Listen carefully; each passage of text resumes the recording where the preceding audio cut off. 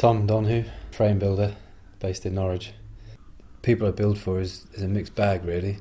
I'd like to think that I sort of build for the man on the street. I really love the people I work with. Every person's different and they're all awesome. Yeah, without sounding cheesy, you feel like you get a new friend every time you build a bike, so it's kind of cool.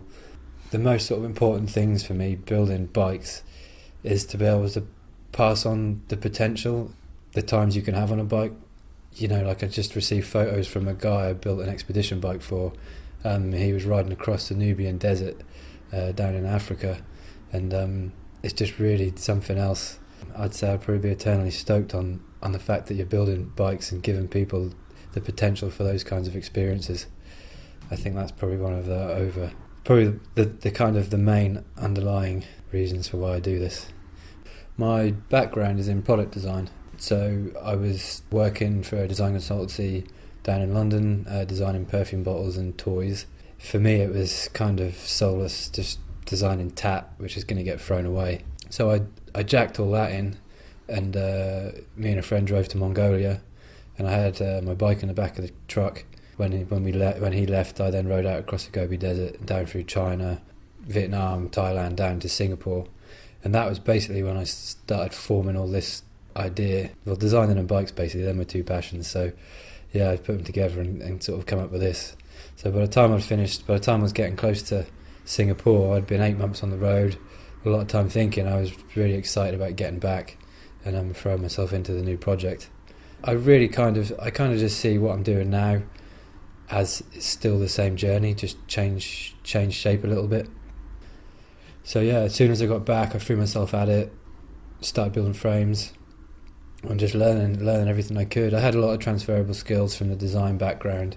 Also, I've been around old cars. I used to spend a lot of time down at a custom hot rod shop, basically. They used to build the old American hot rods and drag cars and things like that. So I'd sort of picked up a few things down there. So I kind of had a good skill base, just a case of transferring it over to actual bike building. So there was basically 24/7, just that was all I did.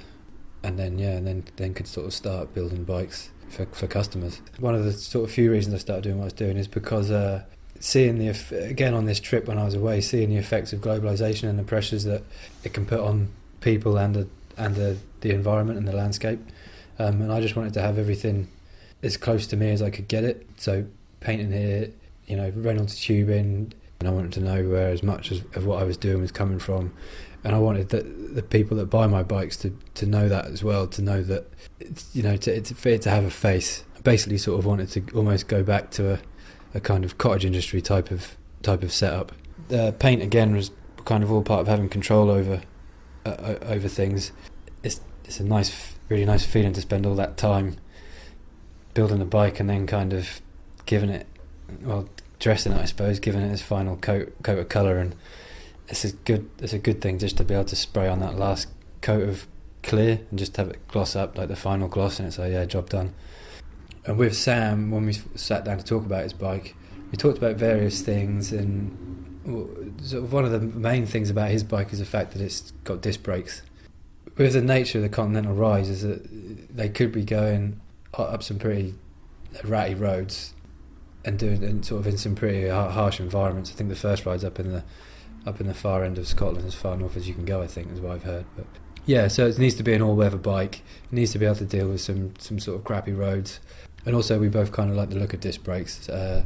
Me sort of from my mountain bike background, and Sam as well.